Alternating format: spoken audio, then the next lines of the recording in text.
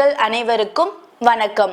Search of light emperor Emmanuel இருந்து உலகம் அழிய போகிறதா, இயேசு கிறிஸ்து மீண்டும் வருவாரான்ற தலைப்புல நிகழ்ச்சிகள் பார்த்துட்டு இருக்கோம்.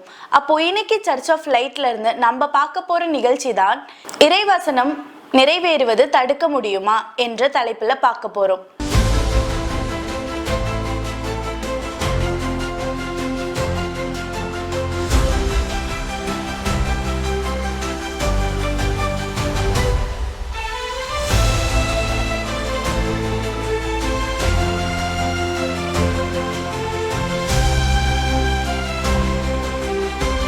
கடந்த தொடரில் நாம் கண்டது சுனாமி என்னும் காலத்தின் அடையாளம்.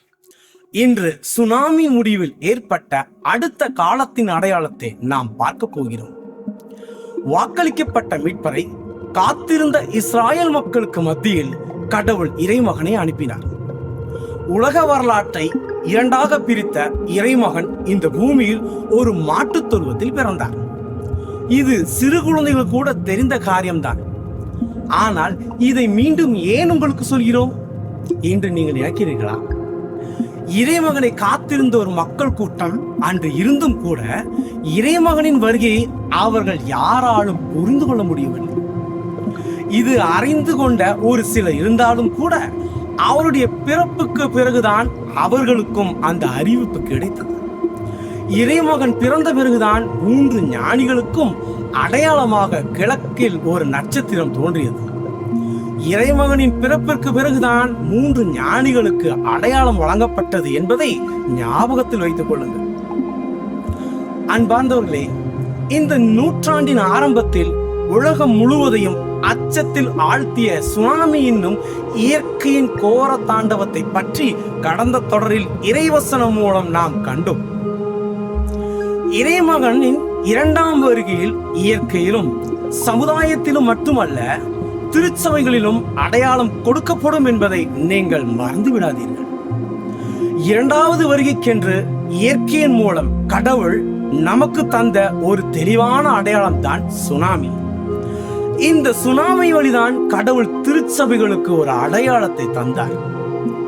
அன்று கிழக்கில் தோன்றின நட்சத்திரம் ஞானிகளுக்கு மட்டும் கொடுக்கப்பட்ட அடையாளம் அல்ல, ஏரோது அரசருக்கும் அது ஒரு அடையாளமாகத்தான் இருந்தது.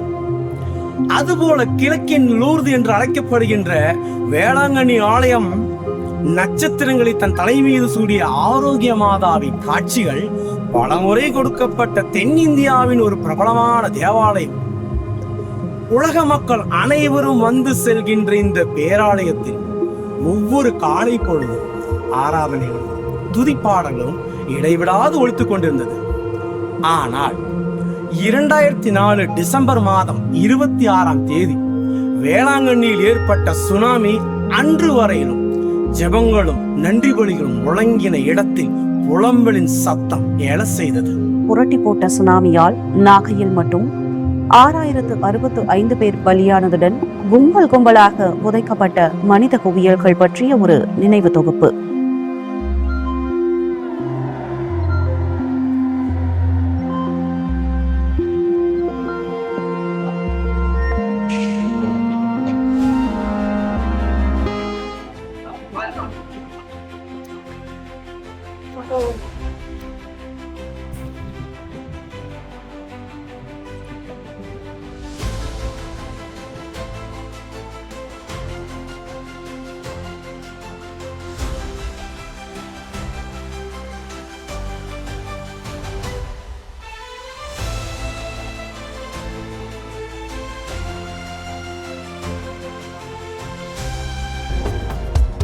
கடந்த 2004ஆம் ஆண்டு டிசம்பர் 26ஆம் நாள் தமிழ்நாட்டின் கருப்பு தினமாக யாரும் நினைத்து கூட பார்த்திருக்க மாட்டார்கள். கிறிஸ்துமஸ் கொண்டாட்டங்கள் முடிந்து இன்றைய பொழுதும் கொண்டாட்டமாக இருக்கும் என்று நினைத்து ஆசிய நாடுகளில் உள்ள மக்கள் வழக்கமாக தங்கள் பணியை துவங்கினர். அப்போதுதான் அந்த அதிர்ச்சி ஏற்பட்டது. சுமத்ரா தீவு பகுதியில் கடலுக்கடியில் ஏற்பட்ட நிலநடுக்கம் பூமி பந்தின் தட்டு ஒன்றோடு ஒன்று மோதி வேகமாக சுனாமியாக மாறியது.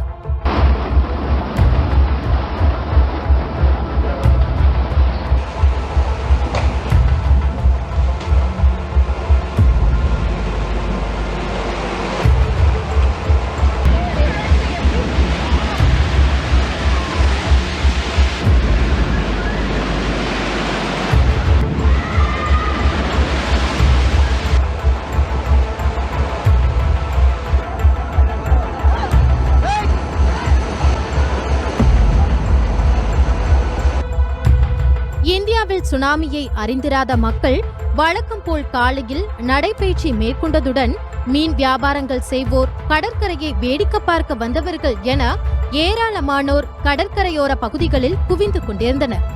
வேளாங்கண்ணியில் கிறிஸ்துமஸ் விழாவை முடித்து கடற்கரையில் குவிந்த மக்கள் ஒருவருக்கொருவர் மகிழ்ச்சியோடு பேசிக் கொண்டிருந்த தருணத்தில் திடீரென பல அடி உயரத்திற்கு கடல் அலைகள் வேகமாக கரையை நோக்கி பறந்தது.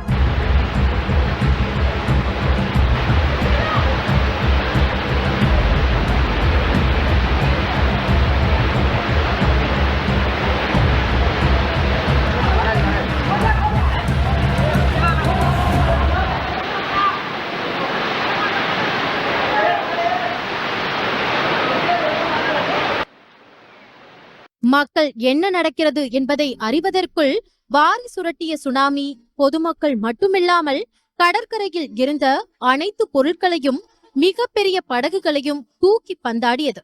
நாகப்பட்டினம் மாவட்டத்தில் மட்டும் 6065 பேர் பலியானார்கள். எங்கு பார்த்தாலும் ஓலக்குரல்கள், பிணக்குவியல்கள் காணப்பட்டதுடன் நாகப்பட்டினம் அருகே கீச்சாங்குப்பத்தில் ஒரே பள்ளியை சேர்ந்த 80 குழந்தைகள் பலியானார்கள். தனித்தனியே புதைப்பதற்கு வழியில்லாமல் கிடைக்கும் இடங்களில் பொக்லைன் இயந்திரங்களை கொண்டு தோண்டி கும்பல் கும்பலாக லாரியில் இருந்து ஜல்லிக்கற்களை கொட்டுவது போல் பிணங்களை போட்டு புதைத்தனர். வேளாங்கண்ணியில் மட்டும் ஒரே இடத்தில் 1000க்கும் மேற்பட்டோர் புதைக்கப்பட்டனர். சுனாமி பேரலைகள் வெளிப்பட்ட அந்த ஞாயிற்றுக்கிழமை காலையில் வேளாங்கண்ணியில் முழங்கின பெண்களின் கதறலும் குழந்தைகளின் அழுகையும் நம்மால் மறக்க முடியாது. ஆனால் உயர்ந்து எழுந்து வந்த ஆழி பேரலைகள் வேளாங்கண்ணி ஆலயப்படியில் தொட்டவுடனே பின்வாங்கினதை கண்டு அதை ஒரு மாபெரும் அதிசயமாக எல்லோரும் வாழ்த்தினார்கள்.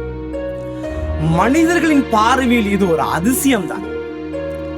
ஆனால் ஏன் இவ்வாறு நடந்தது என்று இறைவசனத்தை ஆராய்ந்து பார்த்தவர்கள் மிக குறைவு. இறைவசனம் இதை பற்றி என்ன சொல்கிறது என்று கவனமாக கேட்போம். எசேக்கியேல் இறைவாக்கினர் புத்தகம் 9வது அதிகாரம் 7வது வசனம். அவர் அவர்களை நோக்கி, கோவிலை கரைப்படுத்துங்கள், முற்றங்களை கொலையுண்டவர்களால் நிரப்புங்கள், புறப்படுங்கள் என்றார். அவர்களும் நகருக்குள் சென்று வெட்டி வீழ்த்தினார்கள். எசேக்கியேல் 9:7. நமக்கு அதிசயமாக தோன்றிய இந்த காட்சி கடவுளிடமிருந்து வந்த முன்னறிவுக்கும் அடையாளமுமாகத்தான் இருந்தது. தேவாலயத்தின் வாசலில் இருந்த அலைகள் பின்வாங்கிய போது இறந்தவரின் உடல்களும் சிதறிய சடலங்களும் தான் அங்கே காணப்பட்டது. இது தேவாலயம் தீட்டுப்பட்டு விட்டது என்பதற்கு கடவுள் திருச்சபைக்கு கொடுத்த வெளிப்படையான அடையாளம். இறுதி நாட்கள் வரை மூடி முத்திரிடப்பட்ட தானியேல் இறைவாக்கினரின் புத்தகத்தில் எழுதப்பட்ட இந்த இறைவார்த்தையை மறந்து விடாதீர்கள். ஞானிகள் இதை உணர்ந்து கொள்வார்கள். மெக்சிகோவில் குவாடலூப்பேயில் கர்ப்பவதியாக காட்சியளித்த மாதா வேளாங்கண்ணியில் குழந்தை இயேசுவை கையிலேந்தி கொண்டு வந்தார். வேறு எந்த இடங்களிலும் மாதா இவ்வாறு காட்சியளிக்கவில்லை என்பதை நாம் அறிகிறோம். அவ்வாறெனில் இதே வேளாங்கண்ணியில் மனித சடலங்கள் எல்லாம் குவிக்கப்பட்டன. அது திருச்சபைகளுக்கு கொடுக்கப்பட்ட மிக முக்கியமான அடையாளமாகத்தான் கருத வேண்டும். யோவேல் இறைவாக்கினர் புத்தகம் 1வது அதிகாரம் 15ம் 16வது இறைவார்த்தையில் இவ்வாறு எழுதப்பட்டுள்ளது. மிக கொடிய நாள் அந்த நாள், ஆண்டவரின் நாள் அண்மையில் உள்ளது. எல்லாம் வல்லவர் அழிவை அனுப்பும் நாளாக அது வரும். உணவு பொருள்கள் எல்லாம் பாழாய் போனதை நம் கண்கள் காணவில்லையா? நம் கடவுளின் இல்லத்திலிருந்து மகிழ்ச்சியும் அக்களிப்பும் இல்லாமல் போனதை நாம் பார்க்கவில்லையா? தேவாலயத்தின் மகிழ்ச்சியும் அக்களிப்பும் இல்லாதவாறு தூதர்கள் இறந்த உடல்களை குவித்தபோது எல்லா திருச்சபைகளும் அறிந்து கொள்ள வேண்டாமா? ஆண்டவரின் நாள் அது அழிவின் நாள் அண்மையில் உள்ளது என்று. ஏசாயாவின் புத்தகம் 66வது அதிகாரம் 6வது இறைவசனத்தில் இவ்வாறு சொல்லப்படுகிறது. இதோ நகரில் பேரொலி கேட்கிறது, திருக்கோவிலில் பேரோசை எழுகின்றது. ஆண்டவர் தம் பகைவருக்கு தக்க பதிலடி கொடுப்பதால் எழும் இரைச்சலே அது. இவ்வாறு கடவுளின் தேவாலயத்தை தீட்டுப்படுத்தியதற்காக கடவுளின் சீற்றம் தேவாலயத்தின் மேல் வரப்போகிறது என்பதற்கான வலுவான எச்சரிக்கை தான் இது. அதாவது கடவுளின் கட்டளையை கடைபிடிக்காமல் 1ஆம் கட்டளையை முழுமையாக மீறிக்கொண்டு செயல்பட்டு வரும் இன்றைய சபைகளுக்கு இது கடவுள் தருகின்ற மிக முக்கியமான ஓர் அடையாளம். எல்லா உரிமையையும் அதிகாரமும் ஆளுமையும் பெற்றுக்கொண்டு பிதாவிடத்தில் அரசாட்சி சமர்ப்பிக்க இறைமகன் மீண்டும் வந்துவிட்டார் என்பதின் அடையாளமாக வேளாங்கண்ணி ஆலயத்தில் தான் கடவுள் இந்த அடையாளத்தை நமக்கு தந்தார். இறைமகன் மீண்டும் வந்த பிறகும் அவரை ஏற்றுக்கொள்ளாததால் கடவுளின் மாட்சி தேவாலயத்திலிருந்து அகற்றப்பட்டது என்பதற்கான அடையாளம்.